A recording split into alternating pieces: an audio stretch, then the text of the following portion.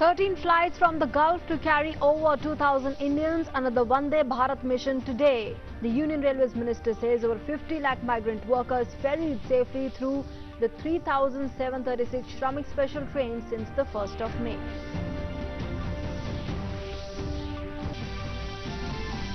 Rajasthan, Punjab and Madhya Pradesh intensify efforts in dealing with the risk of locust attacks at several places in North India.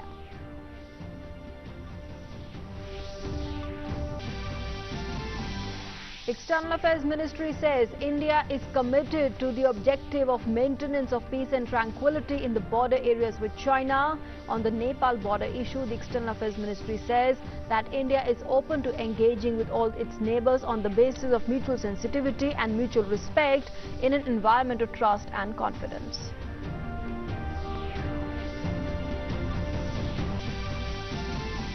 In India, the recovery rate of COVID-19 patients improves to 42.88% with 71,105 patients cured so far. The total 89,987 active cases in the country and 4,706 deaths. The global confirmed COVID-19 cases crossed 58 lakh with more than 3,59,000 deaths. The US remains the worst affected, crosses 17 lakh cases and over 1 lakh deaths.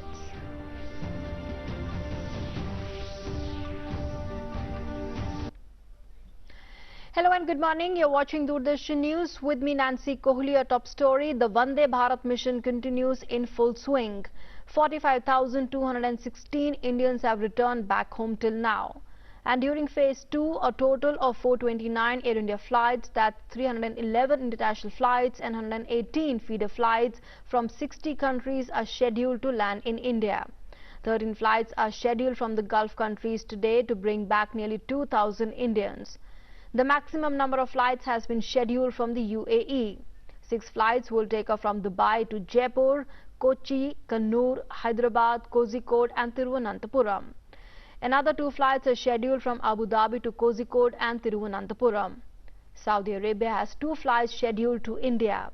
From Riyadh there is a flight to Srinagar, while from Jeddah the flight is scheduled for Kozhikode. Kuwait has 2 flights scheduled to Ahmedabad and Kozhikode. Muscat has 1 flight to Kochi and Doha has 1 flight to Kannur. Priority is being given to distressed workers, stranded tourists, expecting women, medical emergency cases and the senior citizens sending back home. And the second repatriation flight bringing in 276 seafarers from Italy landed early morning at Goa airport. All the required protocols were duly followed and taken care at the airport. 73 seafarers are the residents of Maharashtra and remainings are from Goa. The state transport buses have also been arranged from the airport. Moving on now, the Union Railways Minister Piyush Goyal has said that over 50 lakh migrant workers have been ferried safely to the respective home states. Till yesterday, 3,736 Shramik special trains have been operationalized from various states across the country. The Indian Railways has also distributed more than 85 lakh free meals and about 1.25 crore free water bottles to migrants travelling in the Shramik special trains since the 1st of May. In addition to these Shramik specials, the railways are also running 15 pairs of special trains connecting New Delhi and plans to start about 200 more timetable trains on the 1st of June.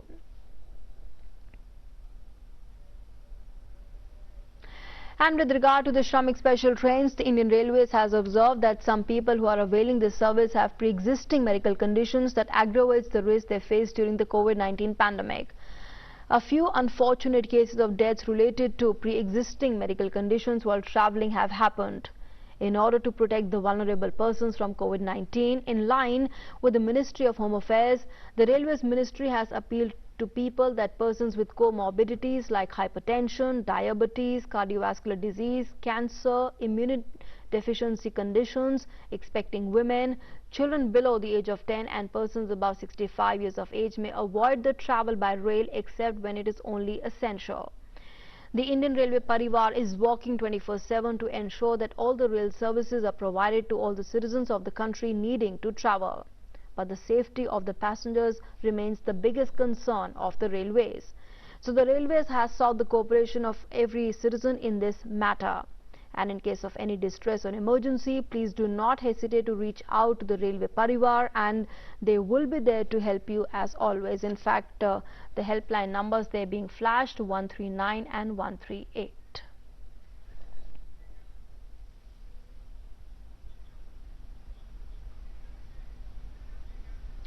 Union Minister Smriti Irani has alleged the opposition of indulging in petty politics at the time of the COVID-19 pandemic. She said that the government is continuously working for the welfare of the common man. ये राज्यों की भूमिका बनती है कि उनकी जन्मभूमि वाले राज्य में और उनकी कर्म भूमि वाले राज्य में होस्ट एंड होम स्टेट दोनों को अपनी भूमिका और जिम्मेदारी निभानी होगी। अगर केंद्र सरकार 85% पैसा रेलवे किराए का खर्च कर रही है और मुफ्त में खाने का और पीने की व्यवस्था ट्रेन में कर रही है और इसके अलावा प्रवासी मजदूरों के लिए 2 महीने का राशन मुफ्त में दे रही है, तो हम तो अपनी ओर से पूरी मदद सहयोग कर रहे हैं। राज्य थोड़े से और संवेदनशील होकर इस पे काम करेंगे तो मुझे लगता है इसमें और फायदा मिलेगा। ये राज्यों की भूमिका बनती है कि उनकी जन्मभूमि वाले राज्य में और उनकी कर्म भूमि वाले राज्य में होस्ट एंड होम स्टेट दोनों को अपनी भूमिका और जिम्मेदारी निभानी होगी। अगर केंद्र सरकार 85% पैसा रेलवे किराए का खर्च कर रही है और मुफ्त में खाने का और पीने की व्यवस्था ट्रेन में कर रही है और इसके अलावा प्रवासी मजदूरों के लिए 2 महीने का राशन मुफ्त में दे रही है, तो हम तो अपनी ओर से पूरी मदद सहयोग कर रहे हैं। राज्य थोड़े से और संवेदनशील होकर इस पे काम करेंगे तो मुझे लगता है इसमें और फायदा मिलेगा। That was the Minister of State for Finance, Anurag Thakur, who said that the central government is doing its bit to ensure the relief to migrant workers by giving free food and 2 months ration. He also added it's the responsibility of the two concerned states to facilitate the migrant workers as necessary. And in fact, let's also get you what the Minister Smriti Irani said earlier as far as the opposition indulging in petty politics at this time, the crucial time of COVID-19 pandemic is concerned. Listen in. प्रधानमंत्री ने बार बार आग्रह किया कि ये वक्त राष्ट्र को समर्पित करने का समय है, राजनीति करने का नहीं।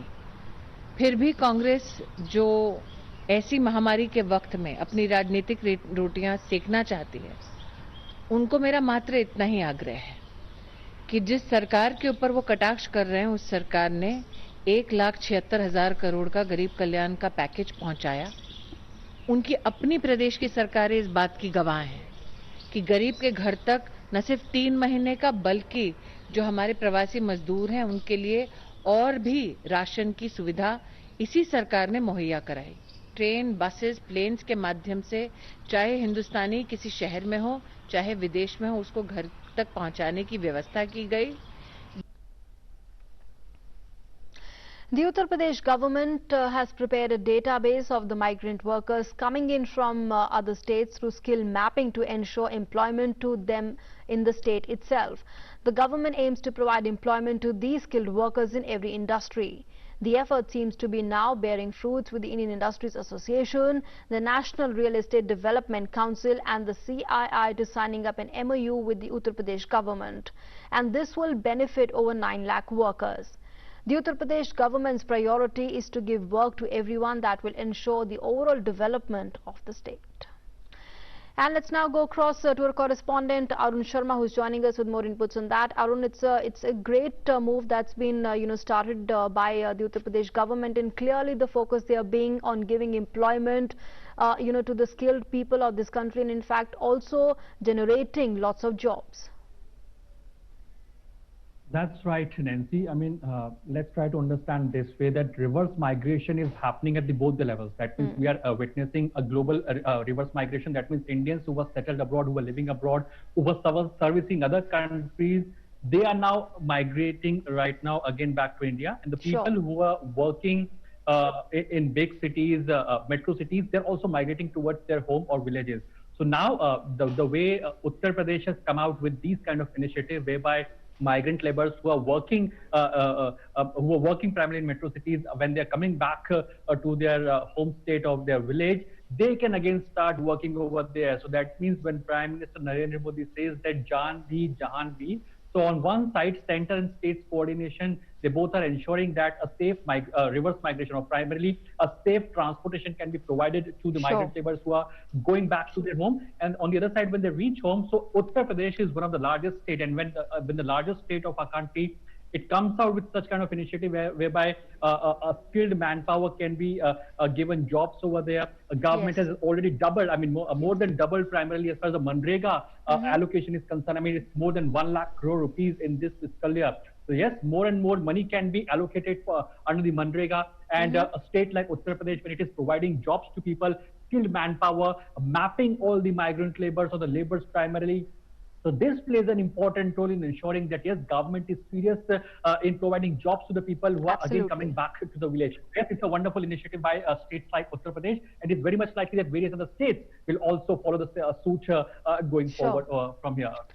Absolutely. Providing employment to the people of this country remains, one of the main objectives in these challenging times of COVID-19 pandemic, because, we're already handling this health crisis at our hands. And, important important decision that has also been taken, Arun, by the railways, which is, of course, to appeal to people to make sure that they do not suffer from any comorbidity when they begin their travel. And, the appeals have been made to make sure that children below the age of 10 and above 65 must not travel. And, this is something that the citizens traveling must take very seriously. That's right. So government right from the beginning, when they started giving facilities like starting the trains, specifically Shramik trains, or being the Vande Bharat mission, government has clarified one thing very seriously, that if in case there is no urgency to travel, there is no urgency to go back wherever you want to go, stay wherever you are. I mean, look at this way, be it the Vande Bharat mission, government is giving priority to those Indians who are in actual distress as of now. That means women, those who have lost their jobs, they are running out of their money, their savings, and those who want to return back really because of the health crisis or any health emergency in their back home in India. So government is giving priority to those Indians who are stranded abroad. In a similar fashion, now Railways is also appealing to the people. I mean, it was appealing earlier also that if in case there is any senior citizen above the age of 65, there is no need for him to travel. Government is ensuring, I mean, be it the states and the center, they're actually working in great coordination, and the coordination is the key of the hour. So the actual need is that now it is a public participation. Public should understand this fact that this coronavirus or COVID crisis, they should understand this fact that yes, if in case there is no urgency, so that means children below the age of 10, senior citizens above the age of 65, people who actually want to travel should avoid traveling at this moment. All right, Arun, thanks very much for joining us for the moment and sharing inputs, and in fact putting these developments into perspective for us. Thanks very much. And moving on now, well, India is committed to the objective of maintenance of peace and tranquility in the border areas with China, and the Indian armed forces scrupulously follow the consensus reached by the leaders and the guidance provided. The spokesperson in the External Affairs Ministry has said that the Indian troops remain firm in the resolve to ensure India's sovereignty and national security. And on the recent developments on the boundary issue with Nepal, the ministry spokesperson also said that India is open to engaging with all its neighbors on the basis of mutual sensitivity and mutual respect in an environment of trust and confidence. Engagement with Nepal goes, India attaches great importance to our deep-rooted historical, cultural and friendly relations with Nepal. And in recent years, these relations have seen an upward trajectory. This is visible, this is evident from expansion and diversification of our bilateral cooperation. There is also increased GOI assistance for development and connectivity projects. We have had timely implementation of several large-scale and critical projects, and even in this challenging COVID-19 situation, we have ensured unimpeded trade and supply of essentials, including medicines, to Nepal. We are also providing medical supplies and other facilitation. On the recent developments on the boundary issue, we continue to monitor the situation in Nepal. We note that this matter is receiving a careful consideration in Nepal, and we are open, India is open to engaging with all its neighbors on the basis of mutual sensitivity and mutual respect in an environment of trust and confidence. This is a continuous process and it requires constructive and positive efforts. You can move on to the next set of questions. And let's now go across to our correspondent Abhishek Jha, who is joining us with more perspective on these developments. Abhishek, just take us through the government stand on the matter. Nancy, as the government has said that India and China, the Olympic conflicts in the past, also they have a proper mechanism where both the parties at the military level and at diplomatic level talk regularly to sort out any differences that they have on the issues of boundaries.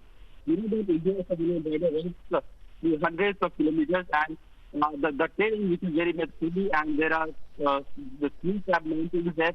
So there is always a confusion in the perception of the boundary from both the sides. And this happens that more often the soldiers from either side, they venture into other territory, and the issues have been sorted out in the past also through regular negotiations and talks between the leadership at the local level. So this time also, as the skirmishes were reported at LSE, Indian officials or Indian diplomatic officials have said that they are regularly in touch with Chinese counterparts, and they are trying to sort out all the differences they have had in the recent past through diplomatic dialogue. At the same time, India has refuted any thing that US President has also remarked. Earlier, US President Donald Trump has said that he has had a chat with Prime Minister Modi about this boundary dispute, and he is willing to mediate.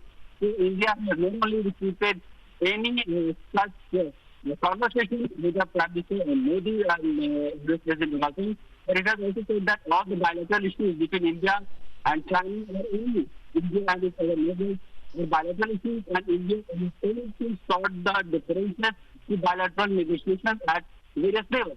So this has been India's long-standing position, and India will continue with this position in future also for all the outstanding differences with its neighbors. All right, thanks very much for joining us and sharing all that information. Thanks very much.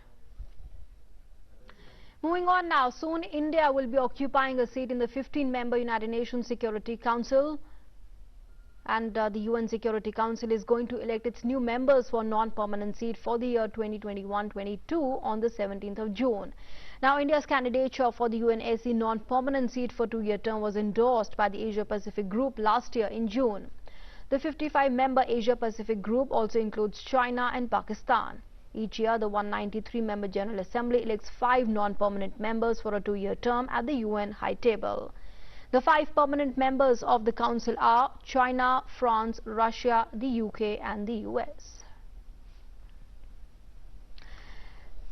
And let's now move on, get you some more news as far as the latest updates on the COVID-19 situation from across the country is concerned. And talking about the figures, according to the Health and the Family Welfare Ministry, 89,987 active cases have been registered across the nation, and a total of 71,105 people affected with COVID-19 have been cured and discharged, while 4,706 people have lost their lives due to COVID-19.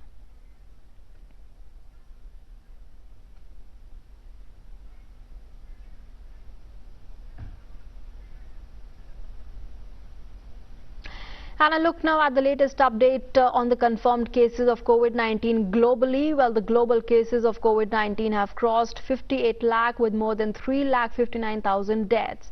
The US remains the worst affected, which has crossed 17 lakh cases and over 1 lakh deaths. Brazil is the second worst affected country with over 4,38,000 confirmed cases and over 26,700 deaths. On to our next top story now. The several states are badly affected by the massive attack of locusts. The affected states are constantly engaged in their survey and control work. Efforts are being made to overcome with the help of Agriculture Department and local administration. The insecticide spraying is also being done continuously to control the locust. Locust control stations have been set up in the affected states, and survey and control operation have been launched on a war footing.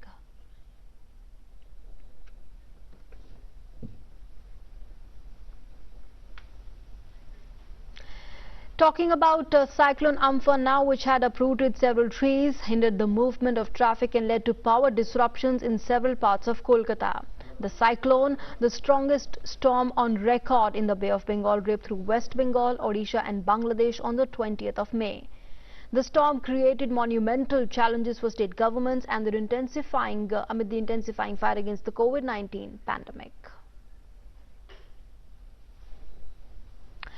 And let's now go across to our correspondent Momita, who's joining us with more inputs from Kolkata. Momita, first of all, give us a sense of the reconstruction, the rehabilitation work that you're seeing around you in the state of West Bengal after, of course, the cyclone had battered the entire state and the adjoining states as well. After the aftermath of the cyclone Amphan, currently restoration and rehabilitation work is going on in the whole West Bengal. The NDRS, SDRS and all the agencies from the centers are working in highly affected areas to clear up all the stuff. If you talk about in the city Kolkata, the road was blocked due to trees was uprooted because of electric poles and mobile towers. So all the teams have been deployed there to clear all the roads for a smooth transportation and all. I would also like to mention that the army team has also been deployed in the city to clear up all the trees and other things. If we talk about restoration of electricity and mobile network, currently 98% of the restoration has been done.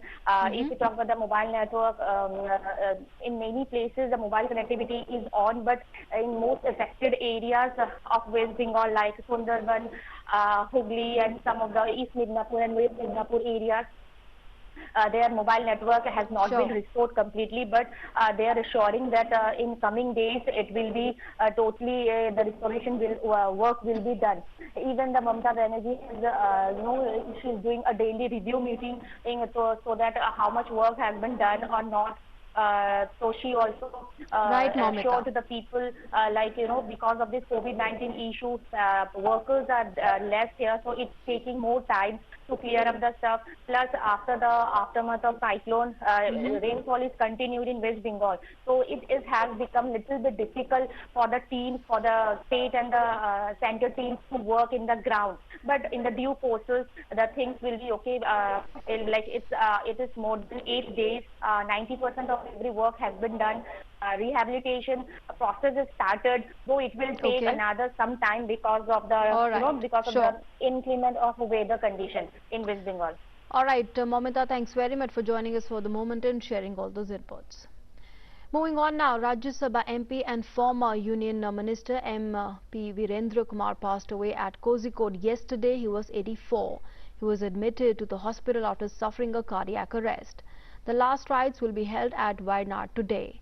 MP Virendra Kumar, who was presently the Managing Director of Matrabhumi Publications, had occupied several top positions like Chairman PTI, the President of the Indian Newspaper Society and Lok Sabha MP.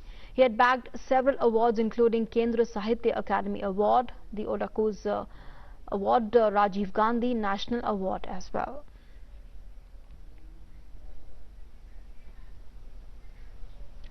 And this is Prime Minister Modi's tweet, I quote, anguished by the passing away of Rajya Sabha MP Shri MP Virendra Kumar ji, he distinguished himself as an effective legislator and parliamentarian. He believed in giving voice to the poor and the underprivileged. Condolences to his family and the well-wishers. Om Shanti, unquote.